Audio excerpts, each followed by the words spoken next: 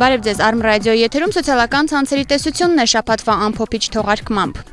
Հիշենք, թե ինչ են քննարկել սոցիալական ցանցերն անցնող շաբաթ։ Հետընտրական քննարկումներ, ռադիոյի օրը հաղթանակի եռատոնը Facebook-հայերի շրջանում։ Ընդդիմադիր Facebook-հայերը վիրտուալ եւ իրական կյանքում ինչու չի կարելի վիրավորել սեփական ժողովրդին։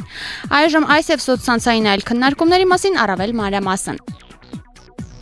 Անցնող շաբաթ ավարտվեցին ընտրությունները։ Այդ նույն օրը աշխարհի մի քանի երկրներում տարբեր ընտրություններ էին, սկսած տեղական ինքնակառավարման մարմինների ընտրություններից մինչև նախագահական։ Լրագրող Պետրոս Ղազարյանը Facebook-ում գրեց. Մերկելը պարտվել է տեղական ընտրություններում, Ահմադինեժադը պարտվել է Իրանում, Սարկոզին պարտվել է Ֆրանսիայում եւ միայն Աշոտյանն է շռնդալից հաղթանակ տարել Հայաստանում։ Իդեպ Սարկոզիի պարտության հետ կապված օգտատերերը հիշեցին գյումրեցի փոքրիկ Սարկոզիկին, ում անվանակոչել էին Ֆրանսիայի նախագահի պատվին։ Ընտրությունների օրը սոցցանցերում տարածվել էին լուսանկարներ, որտեղ պատկերված էին անվավեր քվեաթերթիկներ։ Ընտրողներից մեկը քվեաթերթիկում ավելացրել էր Չակ Նորիսի անունը եւ ընտրել նրան, մյուսը Եկատերինային էր ավելացրել, մեկ ուրիշը իր սիրելիի անունն էր գրել Անուլիկ, ես սիրում եմ քեզ ու ընտրել իր սիրեցյալին։ Չակ Նորիսը որպես հայկական ընտրությունների ֆենոմեն այս վերնագրով հրապարակում եղավ Մեդիամաքսում։ Հոդվածը բացատրում է, թե ինչու հենց Չակ Նորիս։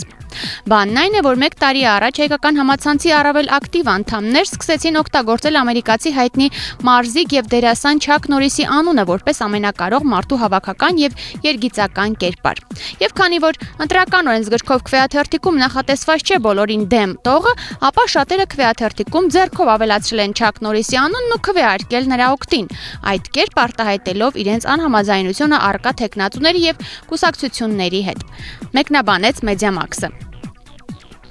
Ազգային ժողովի ընտրություններից հետո Facebook-ում տարածվեց լուսանկար, որտեղ պատկերված էր քվեաթերթիկի ծրար, վրան գրված բկներիդ կանգնի ու մեջը 10,000 դրամ։ Փաստը մինչ օրս քննարկվում է հայկական մամուլում, իսկ Arm News-ը գտել էր այդ ակցիայի հեղինակին։ Դա քաղաքացի Գևորգն է, ով այդ քայլով իր բողոքն է արտահայտել ընտրակաշարք տվողների եւ վերցնողների հանդեպ։ Ինձ ոչ մեկ որևէ մեկ ընտրակաշարք չի տվել, ես ընտրակաշարք չեմ վերցրել, որևէ կուսակցության չեմ անդամագրված։ Սա ընդհանրապես իմ բողոքի ակցիան էր, ես իմ գրպանից դրել եմ այդ գումարը, որպեսզի ժողովրդին սթափեցնելու կոչ անեմ, որպեսզի հասկանան, որ չի կարելի ձայնը վաճառել։ Իրենց ընտանիքի, զավակների, երկրի ապագան վաճառում են 10,000 դրամով։ Հուսով եմ ժողովուրդը կսկսի գիտակցել ու կմտածի ու հաջորդ անգամ ընտրություններին արդեն կընտրի ոչ թե փոքր գրպանի շահով ու կարճատես մտածելակերպով, այլ կընտրի հոգով, կընտրի սրտով ու արդեն կսկսի գիտակցել, որ երկրի ապագան կախված է հենց իրենից ու հենց իրեն ընտրությունից։ Լսում էինք Գևորգին, ով կոչ է անում չվաճառել սեփական ձայնը։ Իսկ ընտրակաշարքի թեմայի շրջանակներում Հայ ազգային կոնգրեսի համակիր Facebook-հայերը չեն հոգնում ժողովրդին նախիր հոտ անասուն անվանել այն պատճառով, որ վերջիններս ըստ իրենց համատարած փողով են ընտրություն կատարել։ Արամ Աբրահամյանը այս առնչությամբ գրեց. Արդյոք հարգարժան ընդդիմադիրները չափից դուրս խիստ չեն բնութագրում ժողովրդին նախիր հոտ եւ այլն։ Գուցե նրանք եւ ինչու չէ նաեւ մենք ոչ քաղաքականներս չենք տվել ժողովրդին այնպիսի գաղափար, որը մարդիկ ավելի թանկ գնահատեն, քան 10,000 դրամը։ Թեմայի շուրջ զրուցել են Facebook-ը հայ Արտակ Պողոսյանի հետ, ով նույնպես այս թեմաներով թեժ քննարկումների մեջ է։ Երբ որ մարդիկ ընդհանրացնում են որևէ չգիտեմ, կլինի քաղաքական գործիչ, կլինի ակտիվ քաղաքացի, կլինի բլոգեր, կլինի գաղափարական մարդ, իմ դիրքորոշումը հետևելն է, չի կարելի ընդհանրացնել եւ ժողովրդին միանշանակ ինչ-որ պիտակ կպցնել, ասենք, չգիտեմ, մեր ժողովուրդը տխմար է, մեր ժողովուրդը հիմար է, ժողովրդին մի բանը ոչ հարիցած բերեցին եւ այլն, նման ձևակերպումները անընդունելի են, որովհետեւ նախ, երբ որ ինչ-որ մեկը արտահայտում է ժողովրդի մասին, բայց առաջին հերթին պատկերացնի, որ ինքը խոսում է իր մասին, որովհետեւ ինքը այդ ժողովրդի մեկ անհատն է։ Բացի դրանից, կարելի է, չգիտեմ, դիրքորոշում արտահայտել, որ այսինչ հատվածը կամ այսինչ մարդիկ գնացին այսինչ բանը արեցին, բայց չի կարելի ժողովրդին նման վիճակի մեջ գցել։ Նամանավանդ քաղաքական ուժի ներկայացուցիչներին դա չի կարելի անել, որովհետև դա որևէ լավ բանի չի բերում, այդ նույն ժողովուրդը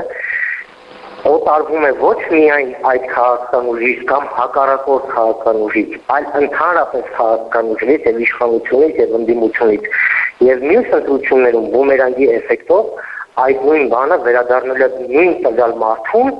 ով նման արտահայտություն արել։ Փաստերը բազմաթիվ են։ Բազմաթիվ։ Եվ օրինակ ես իմ գրառումներում մի քանի անգամ շեշտել եմ, երբ որ մտնում են քաղաքական ընտրապայքարի մեջ, պետք է հայտարարություններում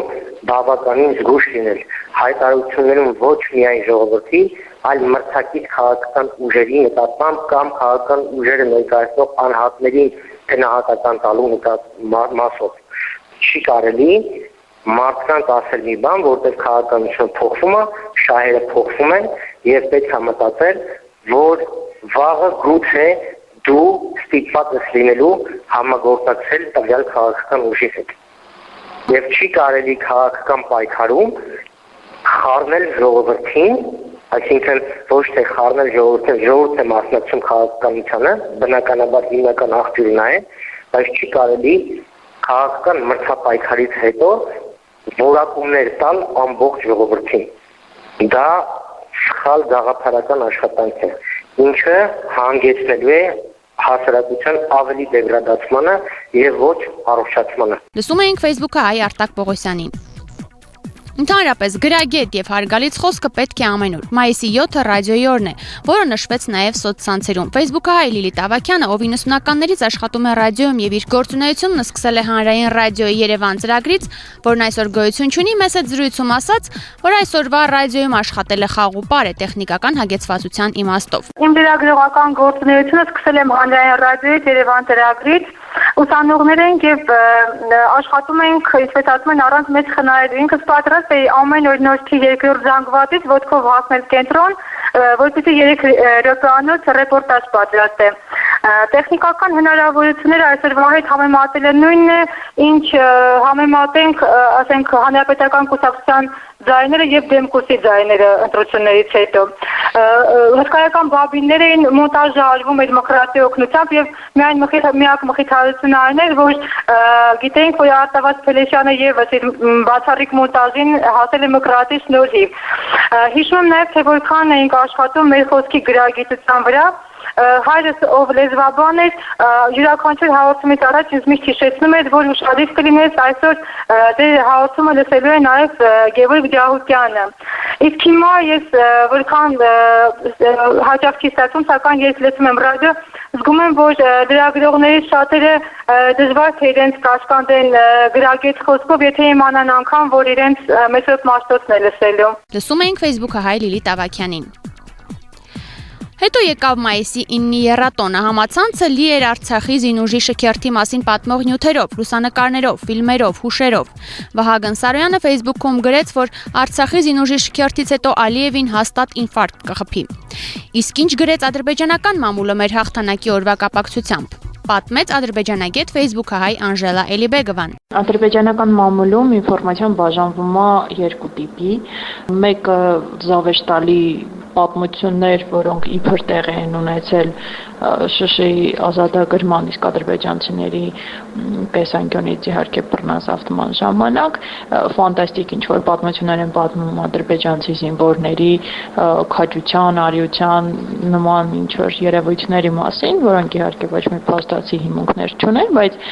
այսպես կոչված ավտոտրեյնինգի պես ինչ-որ երևույթ է, հա, որ մենք քաջ ենք, մենք կռվում ենք, բայց պարտվեցինք, որովհետև այդտեղ Բաքվում այդ ժամանակ ինչ-որ անհասկանալի procesներ էին կատարվում, թե չէ մենք եթե լիներ Հեյդար Ալիևը, մենք Շուշին իհարկե հայերին չէինք հանձնի։ Եվ երկրորդ կատեգորիան, որը ավելի իհարկե լուրջ ավելի հավասարակշռված տեսանկյուն է ցույց տալիս, ինչ որ չափով փորձում են անալիզի ենթարկել իրականությունը ընդդիմադիր մամուլում, նույն օրինակ Տուրան գործակալության կայքում հայտնվեց մի անալիտիկ հոդված, բավական հետաքրքիր էր մասին, թե այսօր Ադրբեջանի պաշտպանության նախարարությունում հիմնական բարձրաստիճան պաշտոնյաներ այն մարդիկ են, որոնք Շուշին ժամանակին հանձնում էին։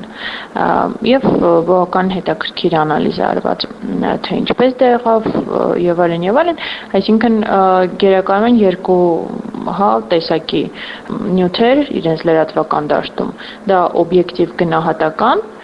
պատմության եւ զավեշտալի պատմվածքներ իրականությանը չհամապատասխան ինչ-որ ֆանտաստիկ բաներ։ Նրանք հիմնականում վերադասում են սիտուացիան ներկայացնել այդպես։ որ հայերը այդ հաղթանակի մեջ ոչ մի լոմա չունեն։ Դա իրենց ադրբեջանական սխալներից օգտվելու զուտ ինչ-որ բան։ Իհարկե իրական պատմությունը շատ քչերը գիտեն եւ շատ քչերն են, ավելի քչերն են պատմում Ադրբեջանում, բայց մեր լրատվամիջոցները այդ բացը լրացնում են, տեղեկացնելով ադրբեջանական հասարակությանը իրական պատմության քրոնոլոգիայի մասին։ Լսում էինք Facebook-հայ Անժելա Էլիբեգովային։ Մայիսի 9-ը Մայրիկից վաստակաշատ մանկավարժ հայրենականի մասնակից հրետանավոր Ռոզա Մինասյանի ծննդյան օրն է, գրեց Facebook-հայ Ռուզան Մինասյանը։ Լսենք նրան։ Այսօր առանձնահատուկ է ինձ համար, որովհետև առանձնահատուկ է նախ եւ առաջ Մայրիկից վաստակաշատ մանկավարժ հայրենականի մասնակից Ռոզա Մինասյանի համար։ Նա 352-րդ զենիթային հրետանային գնդի անդամ է եղել եւ Կովկասի պաշտպանություն իրականացնելուց հետո հասել է մինչև հեռավոր Արևելք։ Եվ նրա նման 352-րդ զենիթային հրետանային գնդի վետերանները, մասնակիցները։ Նա հպարտությամբ անընդհատ շեշտում էր, որ մարշալ Ժուկով ասել է, որ հրետանին պատերազմի աստվածներ եւ ինչպես ինքը, այնպես էլ իր մարտական ընկերները Աստծո նման, Տիրոջ նման քայլում են երկրի վրա,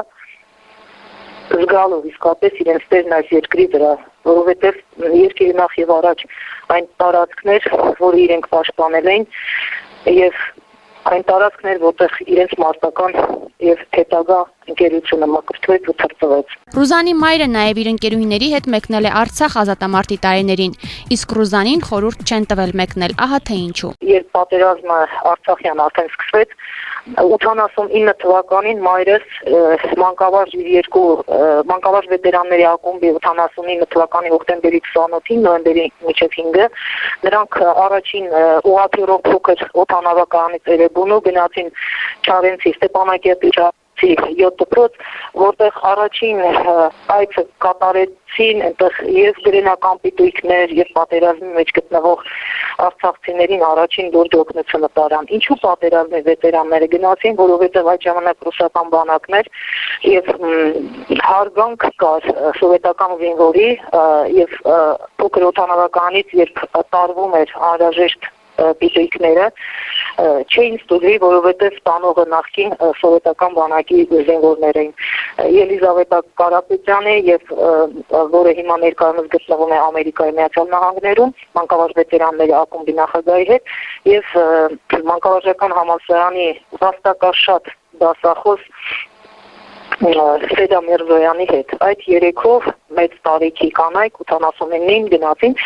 եւ երբ փոքր օդանավական իրենց ճանապարհ էի դնում, նրանք շարունակ ինձ հետ էին պահում, ասելով ես դեռ ուսանող էի, հետ էին պահում, ասելով որ պետք չի տեսնել։ Իսկ երբ երկրորդ, երրորդ թռիչքները արդեն նրանք արեցին, արդեն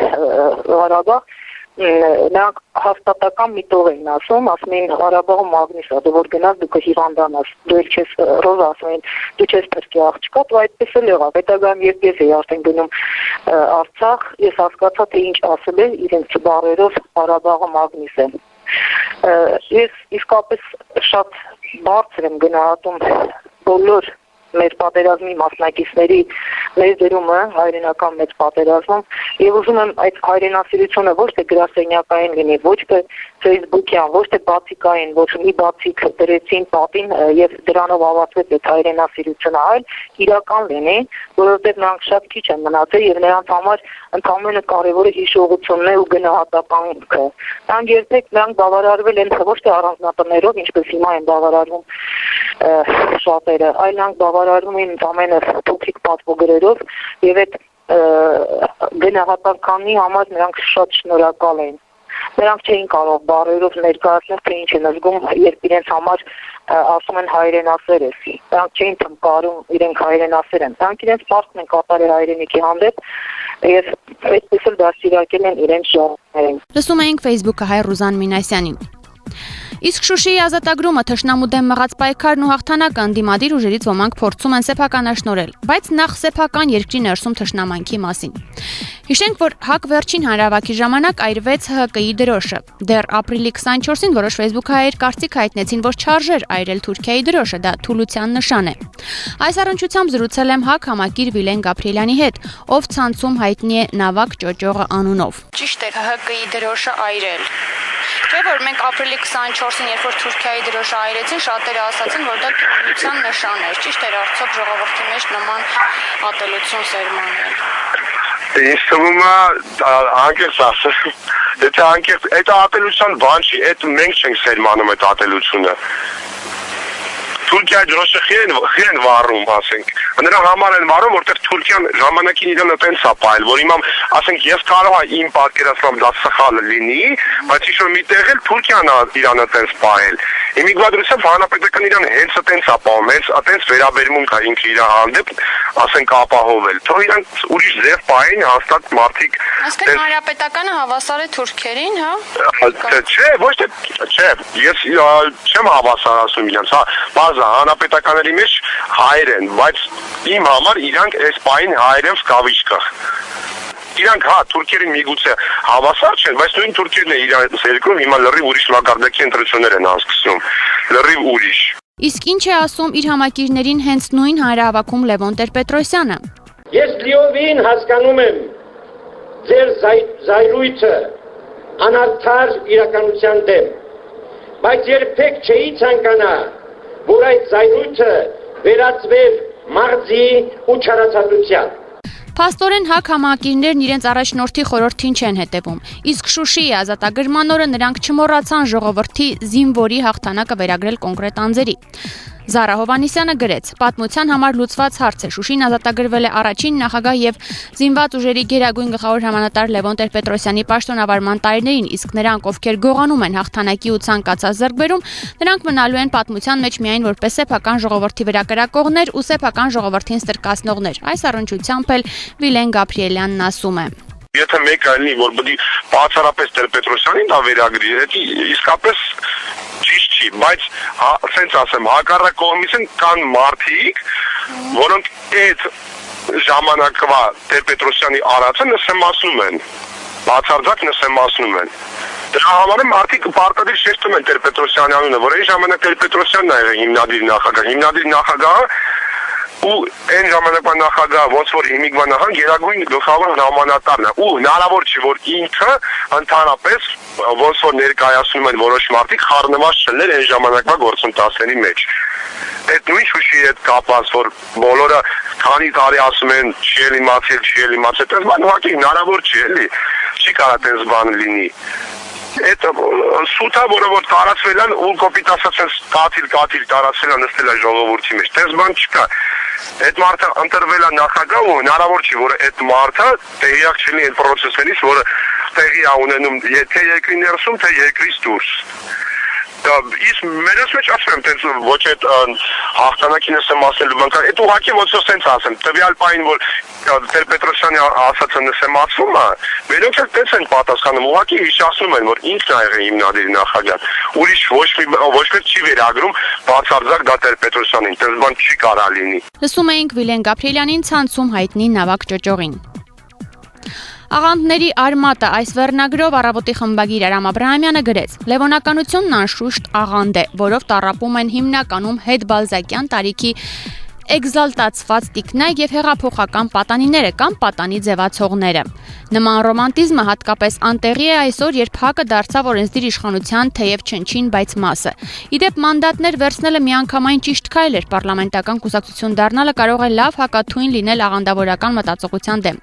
Բայց ճիշտ նույնպիսի ինձ համար նույնիսկ ավելի տհաճ աղանդ է հակալևոնականությունը, երբ առաջին նախագահի հետ կապված ամեն բան փորձում են սևացնել, երբ նրան վերագրում են իր եւ իր զինակիցների հետ առնչություն չունեցող արարքներ եւ հատկանիշներ։ Նույնը երկրորդ նախագահը։ Ես մարդ գիտեմ, որն իր տանը կախել է Ռոբերտ Քոչարյանի նկարը եւ ամեն օր ժամերով խոսում է նրա հետ։ Բայց կան նաեւ մարդիկ, ում մոտ լարվում են երեսի մկանները այդ անունը լսելիս։ Մինչդեռ մերժել պարոն Քոչարյանի արժանինքներն ու ծառայությունները հատկապես պատերազմի ժամանակ նույնպես անարդար է։ Շատ ճիշտ էր, որ նախորդ օրը Ստեփանակերտում շքերթի ժամանակ նա կանգնած էր տրիբունայում։ Այդ հաղթանակում նա նույնպես մեծ լումա ունի։ Այ եթե այնտեղ կանգնած լինեին Հայաստանի 3 նախագահները, ես կասեի, որ որոշակի պետական մշակույթ մեզ մոտ սկսում է ձևավորվել, գրել էր Արամ Աբրահամյանը։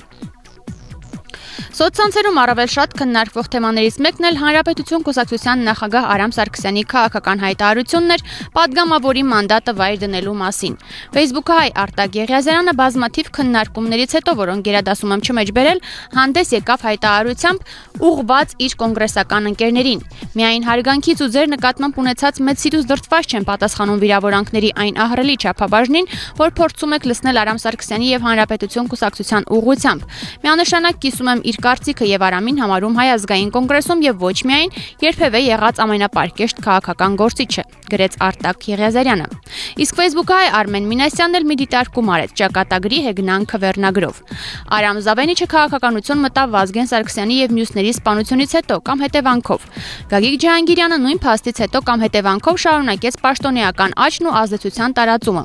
2008-ին երկու գործիչների շահերը համընկան ու նրանք միավորվեցին ՀԱԿ-ի տանիքի տակ։ Այսօր Արամ Զավենիչը հրաժարվեց մանդատից ու նրա փոխարեն ազգային ժողով կանցնի հենց Գագիկ Ջահանգիրյանը։ Փաստն արձանագրել էր Արմեն Մինասյանը։ Նշեմ նաև, որ շատ ՀԱԿ համակիրներ կոչ են անում չշահարկել Արամ Սարգսյանի անունը։ Անցնող շաբաթ Facebook-հայ քաղաքացիական ակտիվիստ Արթուր Ղազարյանի նկատմամբ ոստիկանության կողմից հետապնդումներ իրականացնելու մասին լուրեր տարածվեցին։ Ոստիկանությունը փորփրել էր նրա համակարգիչը, Facebook-յան գրառումները, ի վերջո քրեական գործ չհարուցվեց։ Սակայն քրեական գործ չի հարուցվել նաև մեկ այլ կարևոր փաստի առթիվ։ Ուր էր ոստիկանությունը, երբ 2010 թվականին Հայաստանի ազգային պատկերասրահից անհետացել է 19-րդ դարի անհայտ քանդակագործի Այծե Մարթը Սրինգով քանդակը։ Այս փաստը պատկերասրահի տնօրինությունը 1 տարի թաքցրել է, այնուհետև պարզվել է, որ եւս 10 արձաններ են անհետացել պատկերասրահից։ Հետկեյմը ոստիկանությանը հարցում է ուղղել եւ պարզվել է, որ իսկապես քրեական գործ հարուցված չէ։ Իրավապահները նորից կոծկել են հանցագործությունը, իսկ դրանց թիվը պարզվում է բավականին մեծ է, գրեց լրագրող Էդիկ Բաղդասարյանը։ Գրող երգահան Վահրամ Թաթիկյանն այս առիթով մեծ զրույցում մեկնաբանեց. Առհասարակ ինչ որ կատարվում է մեր հատկապես մշակութային օջախներում իսկապես շատ տագնապահարույց է, որտեղ մշակույթը այնտեղն է, մշակութային օջախը, որտեղ որ բնական է եւ սփյուռքից եւ տեղական մեր հավաքորդներից արժեքավոր նվերներ են կատարվել երկար տարիներ եւ շարունակ։ Եվ ժամանակին շատ մեծ աղմուկ բարձրացավ Շահեն Խաչատրյանի կապակցությամբ, որը լինելով պատկերասրահի տնօրենը, նաև Շահեն Խաչատրյանը, նաև Սարյանի տնօրենի, այո, տնօրենն էր։ Եւ իհարկե շատ մեծ ներդրում ուներ բազմաթիվ այդի հավաքածու շատացնելով։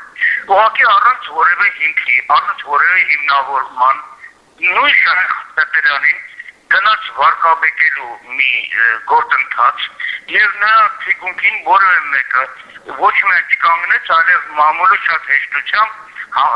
համաձայնվեց եւ արդյունքում ինչ եղավ։ Նա փոխարեն, ասենք թե եկավ մի կողմից ներկա նախարարը Ասմիկ Պողոսյանը իսկ Սարյանի տուն-թանգարանի մասին մենք կլռենք, չենք տարածում։ Հիմա ինչ է կատարվում այնտեղ։ Փաստորեն ամենակարևորը որ կորչում է հավատը, ընդհանրապես որպես ապահով վայր, այլևս մշակութային օջախ եւ բնական է որ սփյուռքից էլ տեղից էլ ոչ մի իսկ այն ինչ որ կորել է իրոք դա շատ մեծ կանձ է, շատ հետաքրքիր կարևոր մի բան է եւ շատ կասկածում եմ որ երբևէ այդ իրոք այդ քրեական գործը հարուցվի թե ինչու համար իրենց աղմիկներն են որոնք մեզ հասու չեն սակայն ասում եմ ես նախանձախմբի կերպով ամեն մի գործի ճակատագրի հետևելու եմ եւ չեմ տալու որպեսի իսկապես գորգերը Հայաստանում այդքան դժվար հավաքված հանգած անհետանան եւ ոչնչանան։ Լսում էինք Վահրամ Թաթիկյանին ազգային պատկերասրահից հայտնի քանդակի անհետանալու փաստի առիթով։ Անցնող շաբաթ մենք նաև իմացանք, որ աշխարհի վերջը հետաձգվում է։ Մայաների օրացույցի համաձայն մեր վերջը պետք է գար 2012-ի դեկտեմբերի 21-ին, սակայն ավելի հին օրացույց է հայտնաբերվել Գվատեմալայում, ըստ որի աշխարհի վերջը կգա ոչ շուտ, քան 7000 տարի հետո։ Այսքանը անցնող շաբաթ սոցցանցերում քննարկվող թեմաներից։ Սոցիալական ցանցերի տեսությանը Մոնիտոր հաղորդաշարին կարող եք հետևել նաև YouTube-ում, Twitter-ում եւ Facebook-ում, փնտրելով Arm Radio FM 107 ձեզ հետ Հասմիկ Բուդաղյաններ առայժմ։